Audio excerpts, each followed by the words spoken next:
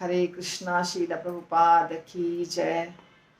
तो हरिनाम दीक्षा इस्कॉन में कैसे होती है, इसके ऊपर 2 एपिसोड बन चुका है। आज मैं तीसरा बना रही हूँ। हमने बहुत सारी चीज़ें आपको बता दी हैं कि दीक्षा के लिए क्या क्या करना होता है, पर एक बहुत महत्वपूर्ण चीज़ जो अभी बचा हुआ है वो ये है कि इंटरव्यू में क्या पूछा जाता है।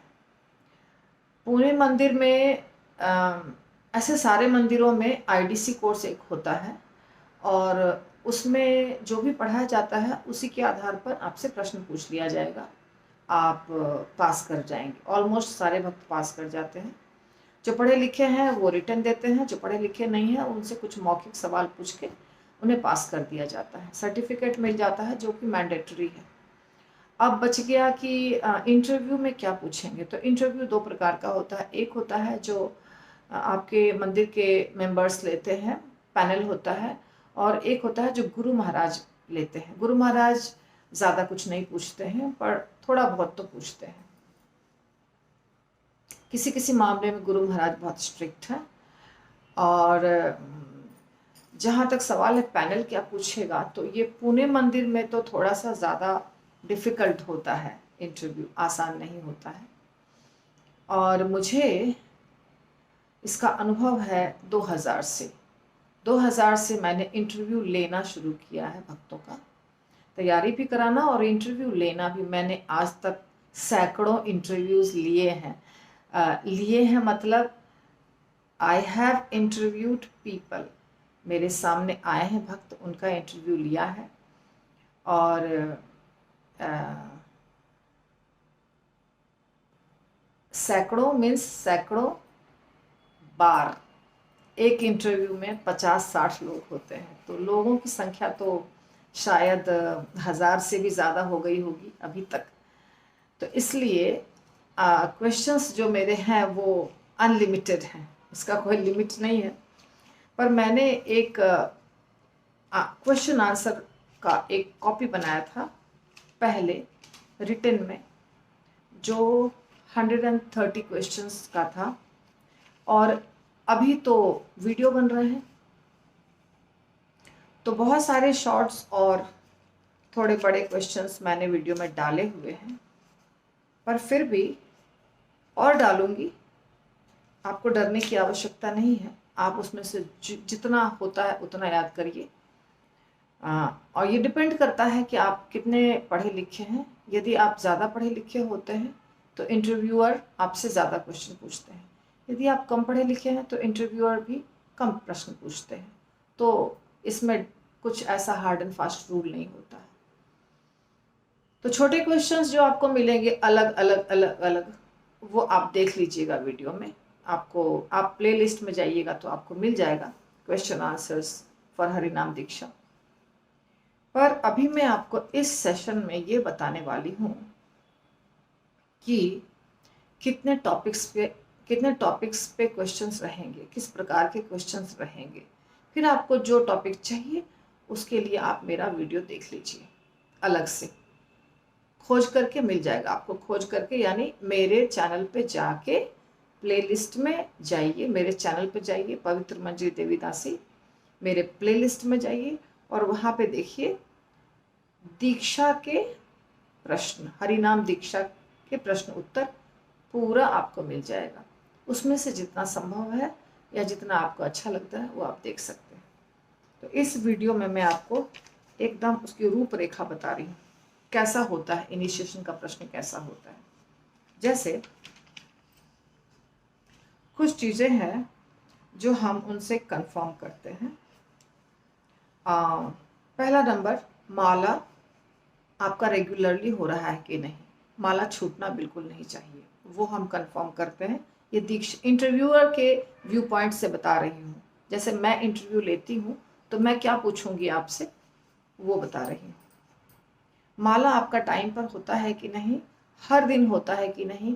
और अगर आपने 2 साल 3 साल 4 साल जो भी टाइम बताया कि मैं इतने दिनों से कर रहा हूँ, तो वो आपका बीच में छूटा तो नहीं है। इसको हम 3-4 तरीके से पूछते हैं भक्त से। उसके बाद मंदिर में क्या सेवा करते हैं ये पूछते हैं। इसके बाद आपको पूरे जीवन भक्ति करनी है, ये कंफर्म करते हैं कि पूरे जीवन आप भक्ति कैसे कर पाएंगे, इसके लिए प्रश्न पूछते हैं। हरे कृष्ण महामंत्र ही जप क्यों करते हैं, दूसरा जप क्यों नहीं करते हैं? बहुत प्रकार के मंत्र हैं, तो दूसरा क्यों नहीं करते हैं, ये पूछते हैं। और देवी देवता के बारे में आपके अंदर में क्या क्या चेतना है? आपके ऑल्टर में, घर में सिर्फ इस्कॉन के हिसाब से ही ऑल्टर बना है या उसमें और बहुत सारे देवी देवताओं के फोटो और विग्रह हैं? इसके लिए आपसे क्वेश्चन आंसर होगा। और फैमिली में कोई नॉनवेज खाने वाला है या आपके किचन में बनता है कि नहीं, तो ये चेक करते हैं।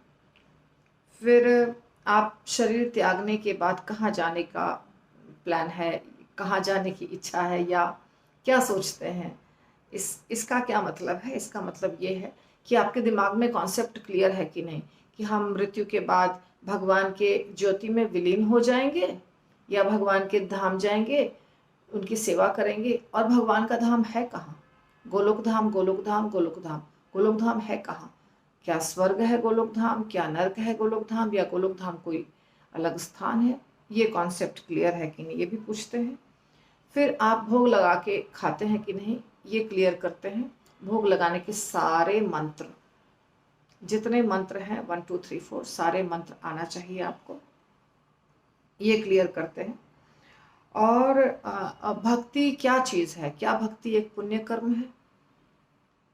भक्ति और पुण्य कर्म में, जैसे कुछ लोग बोलते हैं कि भक्ति हम कर रहे हैं क्यों, मन को शांति मिलेगी, बहुत अच्छा लगता है।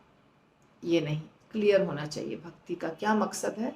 मन को अच्छा लगने के लिए भक्ति करते हैं या भक्ति के बारे में समझते हैं कि भक्ति क्या चीज़ है। जैसे कि कोई दान दे रहा है, कोई हॉस्पिटल बनवा रहा है, कोई रोड बनवा रहा है, कोई कुआं खुदवा रहा है, कोई गरीबों को हेल्प कर रहा है, क्या वैसे ही भक्ति भी है? ये क्लियर करते हैं। देखिए, मैं आपको आंसर किसी का नहीं बता रही हूँ, क्योंकि मैंने आपको बता दिया कि क्वेश्चन आंसर आप देख लीजिएगा। 4 नियम का पालन क्यों करते हैं, ये भी आपको क्लियर करके बताना है। भोग लगाकर नहीं खाया तो क्या खाया?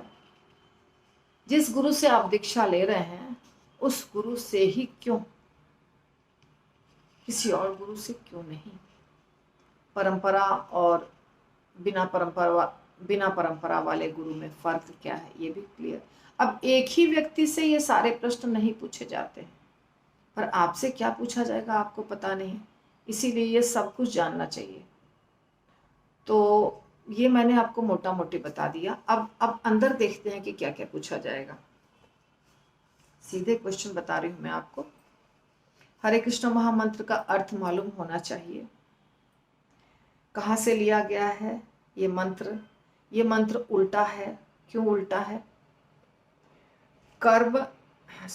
धर्म के कितने स्तंभ हैं? 4 नियम अगर नहीं पालन किए तो कैसे स्तंभ गिर जाते हैं, इसका ज्ञान होना चाहिए। मृत्यु के बाद भक्त की क्या गति होती है, जो भक्त नहीं है वो कहाँ जाते हैं, जो भक्त हैं वो कहाँ जाते हैं, यानी कर्म के बारे में बताना होगा। देवी देवताओं और भगवान में जो फर्क है वो। और इसके साथ साथ एक बहुत बड़ी चीज़ है जो है 10 नाम अपराध।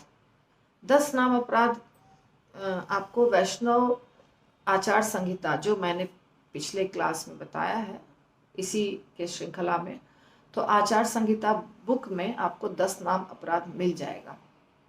भगवान नाम का प्रचार करने वाले महाभागवतों की निंदा करना पहला नंबर, दूसरा शिव ब्रह्मा आदि देवों को भगवान नाम के बराबर उनसे स्वतंत्र समझना, तीसरा गुरु की अवज्ञा।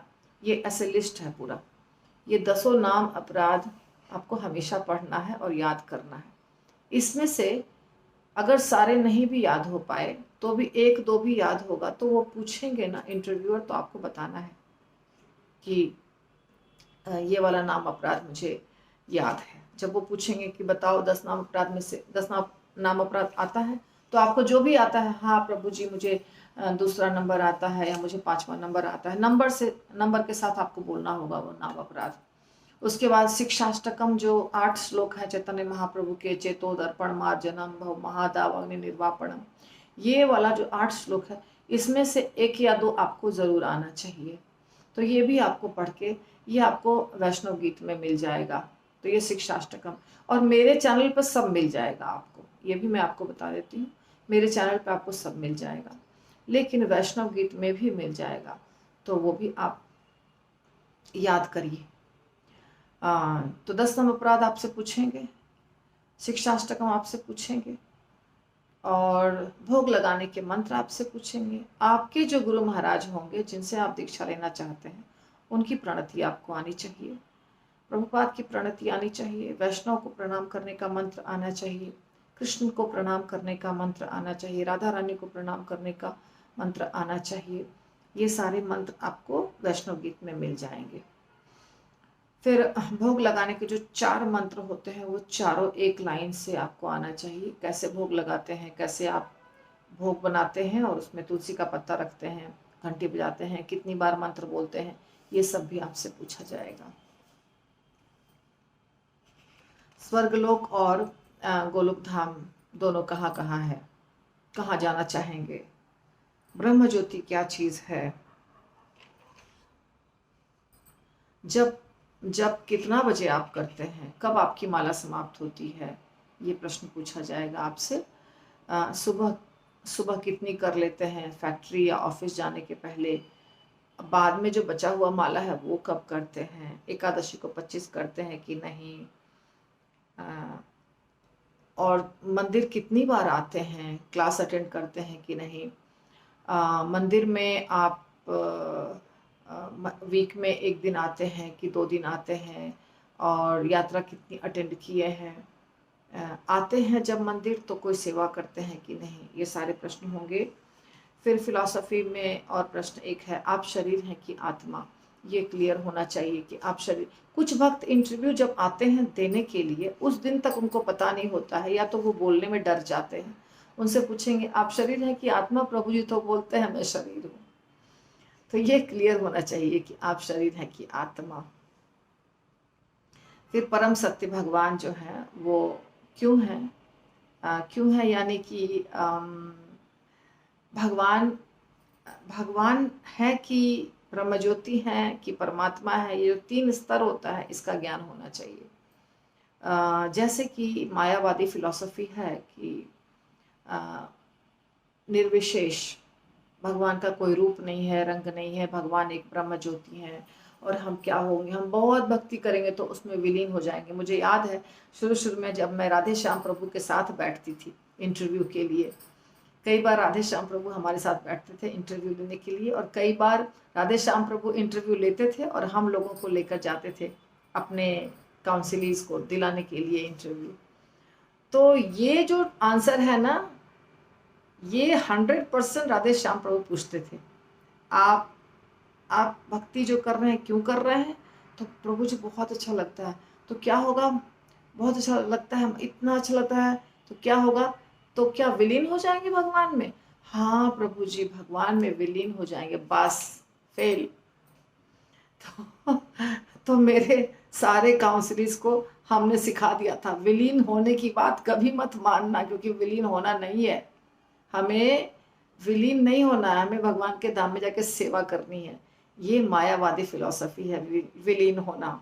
तो आप इस बात को क्लियर अच्छे से समझ जाइएगा। फिर हम भगवान को भोग लगाकर ही क्यों खाते हैं, हम प्याज लहसुन क्यों नहीं खाते हैं, चाय कॉफ़ी क्यों नहीं पीते हैं, या हम मांसाहार क्यों नहीं करते हैं, ये बहुत डिफ़िकल्ट तरीके से नहीं पूछा जाएगा, सिंपल भाषा में कि हाँ हम भोग लगा के खाते हैं। अगर कुछ नहीं आता है तो इतना बोल दीजिएगा कि हमारे काउंसलर ने बोला है कि हमें भोग लगा के खाना चाहिए, यदि हम नहीं खाते हैं तो पाप खाते हैं, इसलिए हमको भोग लगा के खाना है, या तो पत्रम पुष्पम वाला श्लोक बोल दीजिएगा। तो ये क्लियर होना आवश्यक है। युग धर्म क्या है ये भी पूछ सकते हैं। दीक्षा आप क्यों लेना चाह रहे हैं, क्या जरूरत है दीक्षा लेने की, ये भी प्रश्न पूछेंगे आपसे। भगवत गीता पढ़ते हैं कि नहीं पढ़ते हैं, और कितनी पुस्तकें आपने अभी तक पढ़ी हैं। अगर आप बताएंगे हम ये पढ़ रहे हैं, हम ये पढ़ रहे हैं, हम ये पढ़ रहे हैं, कोई भी जो भी नाम आप बताइएगा, तो फिर वो पूछेंगे कि उसमें कौन सा चैप्टर पढ़ रहे हैं, कौन सा श्लोक पढ़ रहे हैं? भागवतम पढ़ रहे हैं, अच्छा प्रभु जी कौन सा प्लस कैंटो पढ़ रहे हैं, कौन सा श्लोक पढ़ रहे हैं? तो फिर आप बताइएगा ये, तो फिर अच्छा उसमें ऐसा क्यों बोला, ऐसे करके प्रश्न पूछा जाता है। यदि आप कहेंगे भगवत गीता कौन सा चैप्टर, ये चैप्टर कौन सा श्लोक, याद है आपको श्लोक, ऐसे पूछा जाता है प्रश्न। तो यदि आप बोलते हैं तो जो भी बोलते हैं आपको पता होना चाहिए कि उसके ऊपर प्रश्न उठेगा, तो कंफर्म हो जाइए कि हाँ मैं जो बोल रहा हूँ मुझे आता है कि नहीं आता है। आपने कह दिया हम प्रभु जी हम 9वां अध्याय पढ़ रहे हैं, और 9वां अध्याय में क्या पढ़ रहे हैं तो पता नहीं, क्या उसमें भगवान ने बोला है तो पता नहीं, ऐसे नहीं चलता है। जो अध्याय पढ़ रहे हैं, जो श्लोक पढ़ रहे हैं, उसके ऊपर प्रश्न पूछेंगे आपसे वो, इसीलिए आप वही बोलिए जो सच में आप पढ़ रहे हैं। तो भगवत गीता पढ़ रहे हैं, नहीं पढ़ रहे हैं, क्या पढ़ रहे हैं, कैसे श्लोक हैं, क्या नहीं, ऐसा पूछा जाता है। फिर भगवत गीता में कितने श्लोक हैं, कितने चैप्टर हैं, कितने योग हैं, ये सब भी प्रश्न पूछ सकते हैं वो। तो और गुरु कितने प्रकार के होते हैं, बहुत महत्वपूर्ण क्वेश्चन है। गुरु को भगवान आप समझते हैं कि नहीं, क्यों समझते हैं भगवान, या भगवान नहीं समझते हैं तो क्यों नहीं समझते हैं, गुरु का क्या स्थान है, और गुरु कितने प्रकार के होते हैं, ये सब क्लियर होना आवश्यक है।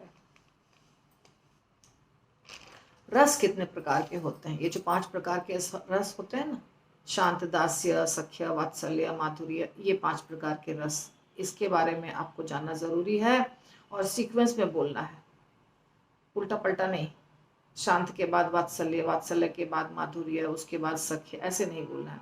शांत, दास्य, सख्य, वात्सल्य, माधुर्य, ऐसे ही सीक्वेंस में ही बोलना है ये 5। फिर कौन कौन से बुक्स प्रभुपाद ने कहे हैं पढ़ने के लिए, जैसे इंपॉर्टेंट बुक्स होते हैं ना, चैतन्य चरितामृत है, श्रीमद् भागवतम है, भक्ति रसामृत सिंधु है, उसके बाद उपदेशामृत है, भगवत गीता है, ये सारे बुक्स हमको प्रभुपाद ने पढ़ने बोले। इसके साथ साथ छोटी बुक्स प्रभुपाद की जो है वो हमको पढ़ना है। तो ये कभी कभी आपसे ये भी पूछा जाता है कि चैतन्य महाप्रभु ने कौन सा ग्रंथ लिखा है, तो आप क्या कहेंगे, कोई ग्रंथ नहीं लिखा है, उन्होंने सिर्फ 8 श्लोक दिए हैं जिनको कहते हैं शिक्षाष्टकम। यदि आप ज़्यादा स्मार्ट हैं, ज़्यादा पढ़े लिखे हैं, तो हम ये भी पूछते हैं कि संसार दावानल किसने लिखा, महाप्रसादी गोविंदे किसने लिखा, लेकिन ज़्यादातर ये पूछा नहीं जाता है, पर कभी कभी पूछ भी सकते हैं। यदि आप एजुकेटेड हैं, ज़्यादा हाईली एजुकेटेड हैं, तो आप ये सब सीख लीजिए। अगर आप सिंपल डिवोटी हैं तो कोई बात नहीं। फिर जो पंच तत्व हैं, चैतन्य महाप्रभु हैं, इनके बारे में कि ये कौन है, श्री कृष्ण चैतन्य प्रभु नित्यानंदा, इसमें जो 5 लोग हैं ये कौन कौन है, और चैतन्य महाप्रभु कौन है, अर्थात चैतन्य महाप्रभु कृष्ण है, नित्यानंद प्रभु बलराम जी हैं, ये सब जो चीज़ है ये आपको क्लियर होना चाहिए।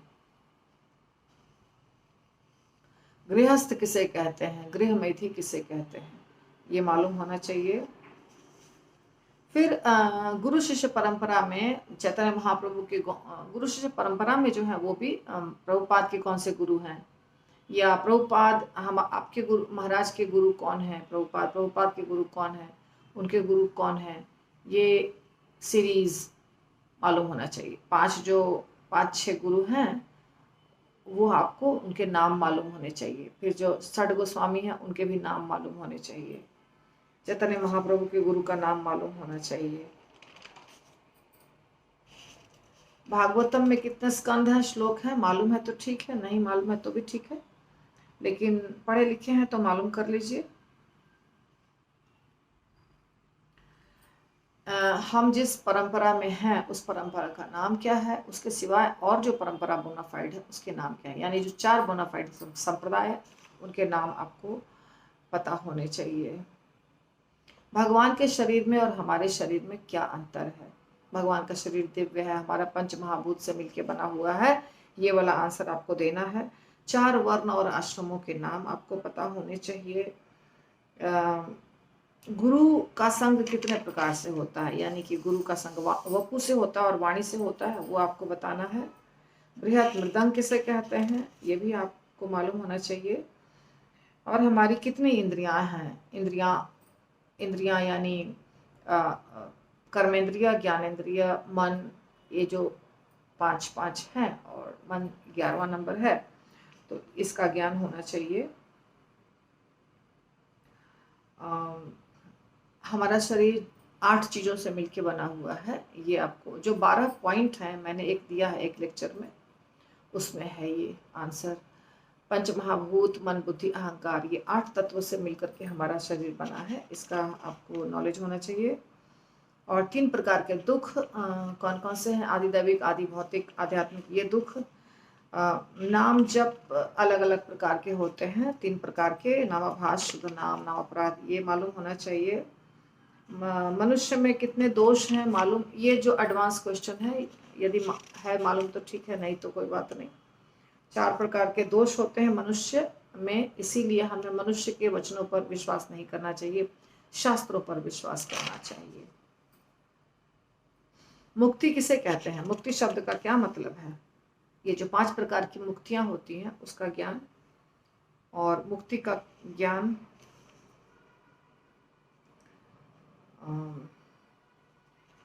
ये भी पूछ सकते हैं कि भगवान विष्णु और कृष्ण क्या एक ही हैं? शिव और ब्रह्मा और भगवान क्या एक ही हैं? ये भी पूछ सकते हैं। चैतन्य महाप्रभु ने कौन सा तत्व दिया, यानी अचिंत्य भेदाभेद तत्व, ये आपको 100% मालूम होना चाहिए उदाहरण के साथ। हमारी मूलभूत समस्याएं क्या हैं? जन्म, मृत्यु, जरा, व्याधि, ये आपको पता होना चाहिए। अपने संप्रदाय का नाम मालूम होना चाहिए। और जीव का स्वरूप क्या है? जीव स्वरूप है कृष्ण नित्य दास, ये मालूम होना चाहिए। हरे कृष्ण महामंत्र का जप जो है ये पुण्य कार्य है कि भक्ति, इसके बारे में पहले भी मैंने बता दिया। पाप किसे कहते हैं, पुण्य किसे कहते हैं, ये आपको मालूम होना चाहिए। क्या पाप का परिणाम क्या होगा, पुण्य का परिणाम क्या होगा, पाप करने वाले कहाँ जाएंगे, पुण्य करने वाले कहाँ जाएंगे, भक्ति करने वाले कहाँ जाएंगे मृत्यु के पश्चात। चैतन्य महाप्रभु के बारे में थोड़ा सा ज्ञान, जैसे कि उनका जन्म कहाँ हुआ, माता पिता कौन थे, उन्होंने बचपन में क्या लीलाएं की, और श्रील प्रभुपाद के बारे में कुछ ज्ञान होना चाहिए। यदि श्रील प्रभुपाद के बारे में कुछ पूछा कि उनकी कुछ लीला बताइए, आपके इस्कॉन को बनाने वाले कौन है, संस्थापक आचार्य का नाम क्या है, उनका पूरा नाम क्या है, या चैतन्य महाप्रभु कौन थे, उनके बारे में कोई एक अच्छी सी लीला बता दीजिए। सब कुछ, कब वो आविर्भूत हुए, कब यानी कब वो प्रकट हुए। तो चैतन्य महाप्रभु की भी 2-4 लीलाएं, प्रभुपाद की 2-4 लीलाएं आपको मालूम होनी चाहिए। थोड़ा थोड़ा बहुत उनके माता पिता के बारे में, या कुछ जानकारी उनके बारे में, कहाँ जन्म हुआ, उन्होंने क्या किया, कैसे किया, ये थोड़ा बहुत आपको मालूम होना चाहिए। और चैतन्य महाप्रभु किस प्रकार के अवतार हैं? जो छन्नावतार हैं वो। भक्ति के 5 प्रबल अंग जो है उसका ज्ञान, 5 प्रबल अंग। वैसे तो नवदा भक्ति होती है, पर 5 प्रबल अंग रूप गोस्वामी ने बताया है ना, तो वो आपको पता होना चाहिए। जो है भक्तों का संग, भागवत श्रवण इत्यादि। शॉर्ट में मैं बता रही हूँ क्योंकि ये वीडियो में सिर्फ आपको ये बता रही हूँ कि क्या क्या पूछते हैं वो। इसका आंसर आपको जानने के लिए मेरे वीडियोस को देखना होगा।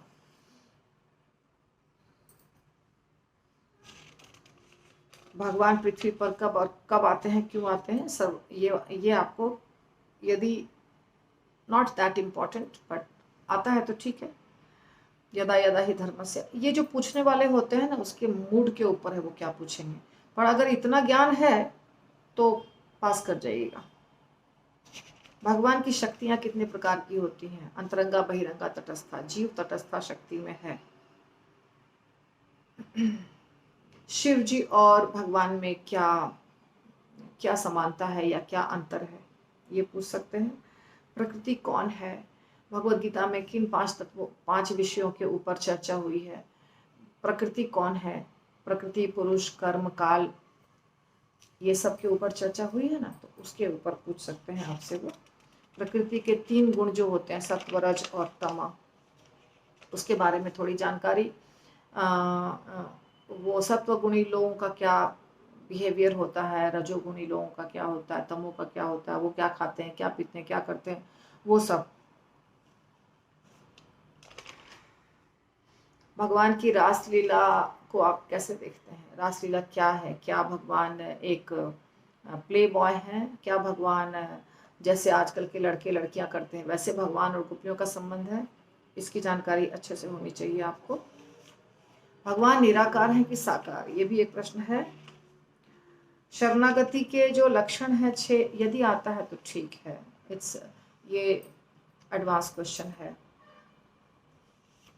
भगवान जो हमारे मंदिर में होते हैं उसमें और परम भगवान श्री कृष्ण में कोई अंतर है क्या? अर्थात आपके मंदिर में जो राधा कृष्ण खड़े हैं वो और कृष्ण में कोई अंतर है क्या? या भगवान का नाम जब आप जपते हैं तो हम बोलते हैं हरे कृष्णा हरे कृष्णा, तो ये कृष्ण शब्द और कृष्ण के विग्रह में और कृष्ण में कोई अंतर है क्या? इसका ज्ञान आपको होना चाहिए। भगवान के विग्रह स्वयं भगवान का नाम रूप गुण लीला सब एक है, ये आपको उत्तर देना है। किन किन चीजों से भगवान के विग्रह बनते हैं और भगवान का विग्रह और भगवान स्वयं है, इसके लिए कोई उदाहरण दिए अगर कहा तो आप साक्षी गोपाल जी की कथा या खीर चोरा गोपीनाथ की कथा ये सब सुना सकते हैं। कर्म जो 3 प्रकार के होते हैं, कर्म अकर्म विकर्म, उसके बारे में पूछ सकते हैं। 3 प्रकार के लोक होते हैं, ऊर्ध्वलोक मध्यलोक अधोलोक, उसके बारे में पूछ सकते हैं। महाजन के बारे में भी पूछ सकते हैं। ब्रह्मा शिव नारद चार कुमार मनु कपिल, ये जो 12 महाजन है उसके बारे में पूछ सकते हैं। पढ़े लिखे लोगों से ये सब पूछा जाता है। भगवान के अवतार कितने प्रकार के होते हैं? इनके अवतारों का नाम बताइए। अर्थात पुरुषावतार, गुणावतार, लीलावतार, युगावतार, मनवंतर अवतार, ये सब अवतारों के प्रकार हैं। फिर उसके अंदर अवतारों के नाम हैं। इसमें जो आपको आता है, अगर कुछ आता है तो अच्छी बात है, 0 तो नहीं चलेगा, थोड़ा तो मालूम होना चाहिए। नवदा भक्ति का श्लोक श्रवणम कीर्तनम आता है तो बहुत अच्छी बात है। मायावाद किसे कहते हैं? मायावादी के बारे में जानकारी होनी चाहिए।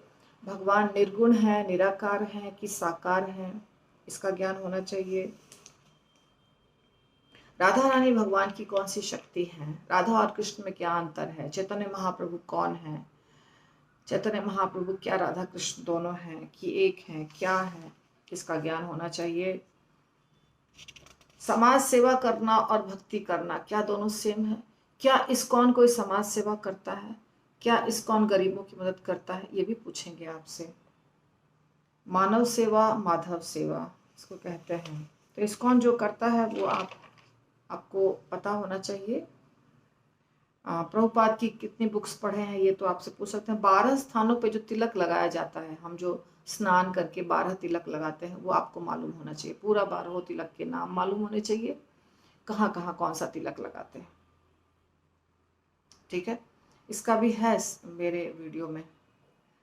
महात्मा किसे कहते हैं? और प्रभुपाद, ये तो राधे श्याम प्रभु का स्पेशल क्वेश्चन है। कुछ एनालॉजी बताएंगे राधे श्याम प्रभु और फिर बोलते हैं कि वो बताइए उसका क्या मतलब है। जैसे जैसे कृष्ण लीला में एक फल वाली माता जी हैं जो फल बेच रही थी और भगवान गेहूं लेकर आए, उनके सारे गेहूं गिर गए, थोड़ा सा बचा रह गया तो भगवान को फल वाली ने पूरा फल दे दिया। तो ये लीला बोलेंगे राधे श्याम प्रभु, इससे क्या समझते हैं? क्या आपको ये लीला याद है? क्या मतलब है? ऐसा पूछते हैं प्रभु जी। और मछली बिना पानी के कैसे छटपटाती है, ये एनालॉजी से प्रभुपाद क्या समझा रहे हैं। बहुत इंपॉर्टेंट एनालॉजी है। सहजिया किसे कहते हैं? अगर आप गोलोक धाम गए तो वहां क्या करेंगे? साधु किसे कहते हैं? परंपरा का क्या मतलब है? भागवत सप्ताह जो सबका चलता रहता है, इस्कॉन का नहीं, बाकी जो चलता रहता है, सुनना चाहिए कि नहीं सुनना चाहिए? नहीं सुनना चाहिए तो क्यों नहीं सुनना चाहिए? किसी भी गुरु का कथा सुनेंगे तो चलेगा क्या? उस जो प्रामाणिक गुरु नहीं है उनके कथा को क्यों नहीं सुनना चाहिए, ये बताना होगा। आत्मा और परमात्मा में क्या संबंध है, क्या दोनों एक हैं? शरीर और आत्मा में क्या संबंध है, उदाहरण दे करके समझाइए। और प्रभुपाद की जो प्रणति है उसका मीनिंग यदि पता है तो बताइए। महाप्रसादे गोविंदे, ये आपको बोल के बताना है। महाप्रसादे गोविंदे आपको आना चाहिए। सर्वधर्मान परित्यज्य, जो सबसे महत्वपूर्ण श्लोक है भगवत गीता का, वो है सर्वधर्मान परित्यज्य। उसका क्या मतलब है, क्या उसका मीनिंग है, क्या है सर्वधर्मान परित्यज्य? देखिए, ये जो मैं कह रही हूँ क्वेश्चंस, ये आप घबराइए नहीं सुन करके, क्योंकि कुछ लोग जो पढ़े लिखे हैं उनके लिए तो बहुत सिंपल है, लेकिन जो पढ़े लिखे नहीं हैं या माता जी हैं जो पढ़ी लिखी हैं भी तो कभी टाइम नहीं मिलता है पढ़ने के लिए, उन्हें लगेगा डिफ़िकल्ट। यदि आप क्लास अटेंड करते रहेंगे तो डिफ़िकल्ट नहीं लगेगा, यदि प्रभुपाद के बुक्स को पढ़ते रहेंगे तो डिफ़िकल्ट नहीं लगेगा। फिर भी यदि आपको डिफ़िकल्ट लग रहा है तो कृपा करके आप मेरा वीडियो देखिए, प्रश्न हो तो पूछिए। जो टॉपिक पे वीडियो नहीं बना है उस पर मैं बना रही हूँ लगातार, तो कंप्लीट नहीं हो पाया है अभी तक, कुछ टॉपिक्स हुए हैं, कुछ बाकी हैं। और गोलोक धाम में आपका कैसा रूप रहेगा, आपका शरीर कैसा रहेगा, ये भी पूछ सकते हैं। या तो कुछ लोग नकल करते हैं ना, यहीं से हम गोपी रहेंगे, हम गोपी बन के जाएंगे, वो सब नहीं चलता है इस्कॉन में। तो कैसा स्वरूप रहेगा ये अगर पूछा गया तो आपको बोलना है कि भगवान की इच्छा के अनुसार।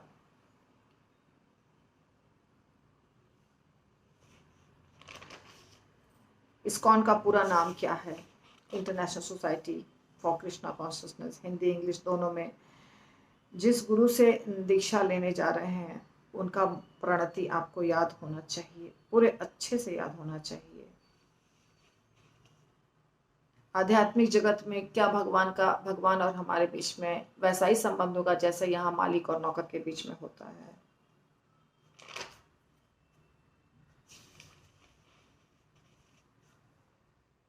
कृष्ण भगवान से विष्णु अवतरित होते हैं या विष्णु भगवान से कृष्ण, इसके बारे में भी क्वेश्चन उठता है। मंगल आरती, वो मैंने पिछले एपिसोड में बताया है, पर फिर बता रही हूँ कि मंगल आरती भी आपको आना चाहिए।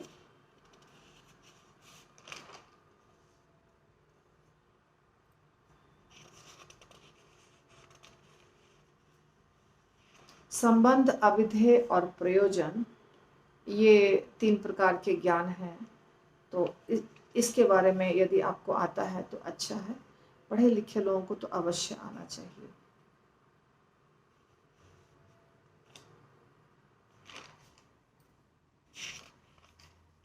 चैतन्य महाप्रभु क्यों प्रकट हुए थे? उनके प्रकट होने का क्या कारण था? मायावाद क्या है, मायावादी क्या है? तो इस प्रकार ऐसे तो बहुत क्वेश्चन हैं, पर मैंने जितना आपको बताया उतना यदि आप कर लेंगे तो बहुत है। और हो सकता है मेरे से कुछ छूट गया हो, क्योंकि मोटा मोटी तौर पे मैंने आपको बताया। यदि आपके दिमाग में कोई प्रश्न है जो मैं नहीं कर पाई हूँ तो आप कमेंट बॉक्स में ज़रूर लिखिए और पूछ सकते हैं, मैं उसके ऊपर भी वीडियो बना दूंगी। यदि आपको अच्छा लगता है मेरा ये एपिसोड या वीडियो तो आप प्लीज़ लाइक शेयर और सब्सक्राइब कीजिए, ताकि ये ज़्यादातर लोगों तक पहुंच सके। श्रील प्रभुपाद की जय, गुरु शिष्य परंपरा की जय, राधा वृंदावन चंद्र भगवान की जय, राधा कुंज बिहारी भगवान की जय, निताय गौर प्रेमानंदे हरि हरि।